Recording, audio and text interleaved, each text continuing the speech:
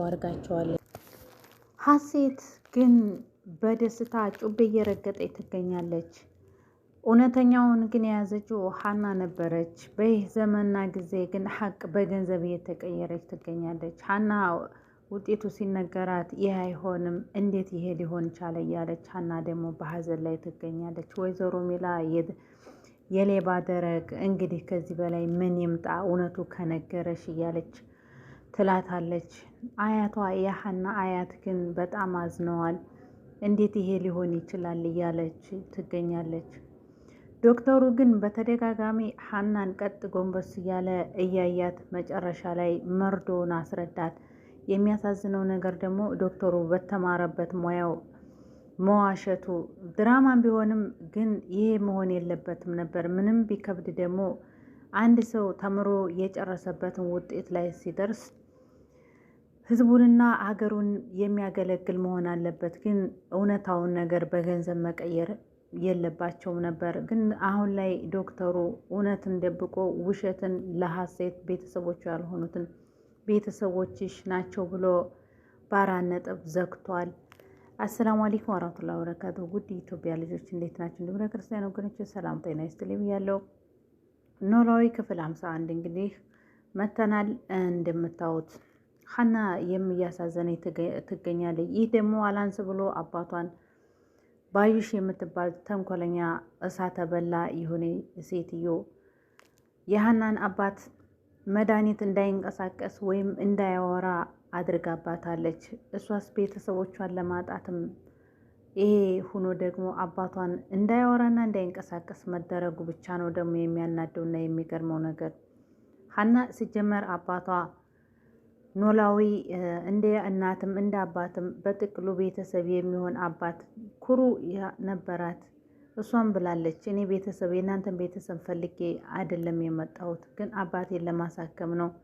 ቤተሰብም የሚሆን አባትም የሚሆን እናትም የሚሆን አባት አለኝ እያለች ሁል ጊዜ ትናገር ነበር። ሆን ብሎ ዛሬ እንግዲህ ሀናን ለመበደል አባቷን ቤተሰቦቿን የመነጠቋት አይበቃትም እና አባቷንም ደግሞ ለማሳጣት ባዩሽ የምትባል ሴትዮ ያልሆነ መድኃኒት ለዶክተሩ ሰጥታ፣ ዶክተሩ ዛሬ ትወጣለህ ፋዘሮ እንዴት ናችሁ? የመጨረሻ መድኃኒታችሁ ነው ዛሬ ትሰጣለህ ብሎት በነበረበት ሰዓት እሺ ዶክተሩ ከእናንተ በታች በፈጣሪ ገዛ ደህና ነኝ ብሎ የሀናም አባት ተመለሰ። በኋላ መድኃኒቱን ከሰጡት በኋላ የሀና አባት መናገርም ሆነ መተንፈስም አይችልም ማለት ነው። ሀሴር ጓደኛውን የሀናን ፎቶና መስቀል የቀማ የሰረቀውን ልጅ አገኘው። ሲያገኘውም እንዴት ነህ ዛሬ አምሮብሃል፣ እንዴት ነው ፋየው እያለ በጠየቀበት ሰዓት ደህና ነህ በጣም አምሮብሃል እያለው እኔስ የምልህ ፋየው እንዴት ናቸው ብሎ ሲለው የሀና አባት በእናትህ አሟቸዋል በጥና ብሎ ይላል። እንሄድና እናያቸው እንዴ ሲለው እሺ በቃ ግን ይህን ያህል ጊዜ የት ነህ ቢለኝ የት ከርሜ ነው ልበላቸው ብሎ ሲለው እዚህ ጋር ቤተሰቦችን ላይ ሄጄ ነው ብለህ ዝም ብለህ በላቸው፣ ግን ደግሞ መስተሽፋ ስለተኙ ሂደን እናያቸው ብሎ በነበረበት ሰዓት ሂደው ተያይዘው ወደ ሆስፒታል እንደመጡ የአሴር ጓደኛ ምን ሆኖ አይለሙ አይሰሙ ምን ሆኖ ነው ብሎ ሲጠይቀው አሴርም ሕክምናው ነው እንደዚህ ያደረጋቸው ይላል። ግን ያልሆነ የተሳሳተ መድኃኒት ስለሰጣቸው እንጂ ኖላዊ ጀግናና ብርቱ ናቸው። አሁን ላይ ግን በደካማ ጎናቸው ባዩሽ ገብታ የተሳሳተ መድኃኒት ስለሰጣቸው መንቀሳቀስ በማይችሉበት ሰዓት ላይ ደረጃ ደርሰዋል። አሴርም እውነታውን የመጨረሻ ሕክምና ነው ብለው አፋቸውን ቆልፎ አመጧቸው ብሎ ለፋየው ይነግረዋል። ተምቹ ቀረብ ብሎ ተያያቸው። አሴርን ፍጥጥ ብሎ ይመለከታል። ግን አሉ እርግጠኛ ነህ ብሎ ሲለው አንተ ምን እያልክ ነው? አሉ እያልኩ እኮ ነው ይላል። ግን እርግጠኛ ነኝ ኖላዊ ትልቅ አደጋ ላይ ደርሰዋል ማለት ነው። ምንም ነገር መልስም አይሰጡም። የሚያሳዝነው ነገር ሀና በዚህ ሁኔታ ላይ ከአባቷን ካጣችው ምን ደረጃ ላይ እንደምትደርስ ታየኝ እኮ። ፋየውም ኧረ እባክህ የሉም ሐኪም እንጥራ እንዴ ብሎ ሲለው አሴርም ትናንት ተታከመ ወዲህ እንዲህ አይናቸውን እያዩ እንደዚህ ሆነዋል እያለ አሴርም ይላል። ፋየውም ያቺ ምላስም አገር የምታንቀጠቅጥ ሰው ምላሳቸው ተያዘ ማለት ነው ሲል አሴርም አንተ ጤነኛ ነህ ግን እንደዚህ ታመው እንዴት ይሄን ትላቸዋለህ እያለ ይለዋል። ያሳዝናል። ሙድ ያተያዝባቸው እያለ አሴር ከጎናቸው እንደቆመ ፋየው ግን ቸምሱ የት ሄደ ነው ሀና ይላል። ያና አያት ግን እኔ አልመሰለኝም እያለች ሶስታቸው በአንድ ላይ በቆሙበት ሰዓት እኔ ሂጃና ግር ያለ ምጣ ስትላት ወይዘሮ ሚላም ቸጭ በርባሪ ወዴ ነው የምትሄጂው እያለች እናቷን ትናገራ ጀመር። ግን እውነታውን የያዘችው ሀንዬ እንጂ ሀሴት አይደለችም። ወይዘሮ ሚላ ግን እኔ አላቅላትም። በጨለማ ጉዞ የምትጓዝ ሰው ናት። ዞር ብላ እንኳን የማታይ ናት። እናቷ ለራሱ በተደጋጋሚ ግን ይች ልጅ አይተሻታል እንዴት እንደሆነች ምንም እኮ አትመሳሰልም ተቤቱ ሰው እያለች እንኳን ብዙ ጊዜ መልእክት ታሳያታለች። ወይዘሮ ሚላ ግን ነጭ ነው ታለች መመለስ አልቻለችም። ሀንዬም ግድግዳውን ገደፍ ብላ እያለቀሰች በነበረበት ሰዓት አያቷ መታ ልጄ ብላ ስትላት አያቴ ማለት ፈራሽ ብላ እየተርበተበተች ሀና አፏ ተያያዘ። ምን ላርግ ብላ ስትላት ምንም ችግር የለውም እማማ ብለሽ ጥሬ ደግሞ ካሁን በኋላ ማዘን አያስፈልግም ብላ ሀንዬን ማጥናናት ጀመሩ።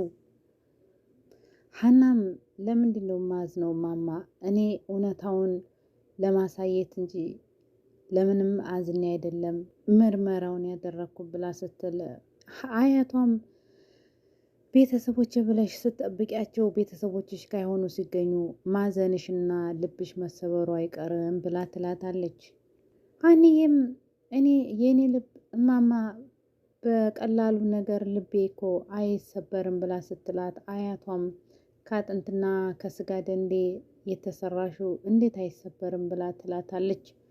ግን ይህን ያክል ለሰው ልጅ ተንኮልና ምቀኝነት ማብዛት ውሸት መያዝ ምን ያክል ያስሄዳል? ግን ነገጧ ደግሞ ሀቅ ትመነምናለች እንጂ አትቆረጥም እንደተባለው ሁሉ ሀንዬ መጨረሻ ላይ አሸንፋ ትወጣ ይሆናል። ወይዘሮ ሚላ ይሄን ጉድ ስትሰማው በስተኋላ ላይ ልዳማና ጸጸት ይይዛታል። ንብረቷም ከወደመ በኋላ ሁሉም ነገር ከሄደባት በኋላ ልትነቃ ትችላለች። ወይዘሮ ሚላ ግን ደግሞ የሚሻላት ካሁኑ ልጇን ብታውቃትና ብታቀርባት የበለጠ ይሻላት ነበር። ሀንዬ ካሁን በኋላ እየራቀች ስትሄድ ወይዘሮ ሚላ ደግሞ ነገጧ ደግሞ አሁን በየት ላገኛት ብላ ሀናን ልትል ትችላለች። ሰላም ግን ሀንዬ ምንም ቢሆን እኔ አንቺ እስተለተ ፍጻሜ ድረስ እህቴ እንጂ ለእኔ እህት እንኳን ሆነሽ ባትገኝ እኔና አንቺን የሚለያየን ነገር እያለች ታጥናና ጀመር። ምላሴም ደግሞ ከሀናና ከሀሴት ማን ትመርጣለህ ብላ ስትለው እኔ ማንንም አልመርጥም ሲላል ስትጠይቀው ሀሴትን ብትሆን ጥሩ ነው ደግሞ ለምን ብላ ሰላም ስትጠይቀው ጸባዋ ከአንቺ ጋር ይመሳሰላል ብሎ ይላል። እባክህ ተወኝ ስትለው እውነት ለመናገር ሀና እህቴ ብትሆን ደስ ትለኛለች ብሎ ይላል። የሀና እናትም አይዞሺ እንግዲህ ብላ ስትላት ሀንዬም እኔ ምንም ችግር የለብኝም ወይዘሮ ሚላ እናቴ ያልሆነች ብዬ አልናደድም ስትላት አያቷም ይሄን ያክል ሚላት ክፉና ብሻሌ ማለት ነው ስትላት እንደዛ ማለት አይደለም እኔ ምርመራ እንኳን የተገላበጦች ቢሆን አባቴን ትዬ ከእናንተ ጋር ኖራለሁ ማለት አይደለም ብላ ትላታለች። አይዞሽ በቃ ብላ አያቷም ታበሽራት ጀመር። ሀኒዬም እማማ ወይ ወይዘሮ ሚላ እየጠበቁ ስለሆነ ይሄዱ ብላ ስትላት ፈጣሪ አምላክ አባትሽን ያቁምልሽና ያሽራችሁ ስትላት አሚን ትላለች። አያቷ ግን የሆነ ተንኮልና እንዳለ አባቷ ላይ የተሰራው ሴራ ታውቋታል። ምክንያቱም ሀናን ዝም ብሎ ባዶ ለማስቀረት ስለሆነ እየፈለጉ ያሉት ሀሴትና ባዩሽ ከወይዘሮ ሚላ ጋር መገናኘት ልጅ ሁና እንድትገኝ አይፈልጉም። አባቷም ደግሞ ለሷ ጥሩ ሆኖ ወይም ይህን ነገር ምላሱ ካልተያዘ ታሪኳን የሀናን መናገሩ ስለማይቀር ቀርማ ግን አፉ እንዲያያዝ አደረገችባት። ወይዘሮ ባዩሽ የእጇን ታገኝ ኢንሻአላህ። ቢሆንም ግን ድራማ ቢሆን ዶክተሩም የሰራው ስራ ትክክል አልሰራም። በተማረበት ሙያ ክደዋል ማለት ነው። ግን ደግሞም ዶክተሩም ላይ የሆነ ስህተት ተፈጥሯል። ምክንያቱም ይህንን ትቀይራለህ አትቀይርም በማለት ብዙ ተጽዕኖ እንድታደረበት ቪዲዮ ላይ አይተናል። ቢሆንም ደግሞ ይህን ጊዜ ማላ ገብቶ የሰለጠነበትን የተማረበትን ትምህርት እንደዚህ ማድረጉ ጥሩ አይደለም። ውድ የኢትዮጵያ ልጆች በሌላ ቪዲዮ እስከምንገናኝ ሰላም ሁኑልኝ። ወሰላሙ አለይኩም ወራህመቱላሂ ወበረካቱ።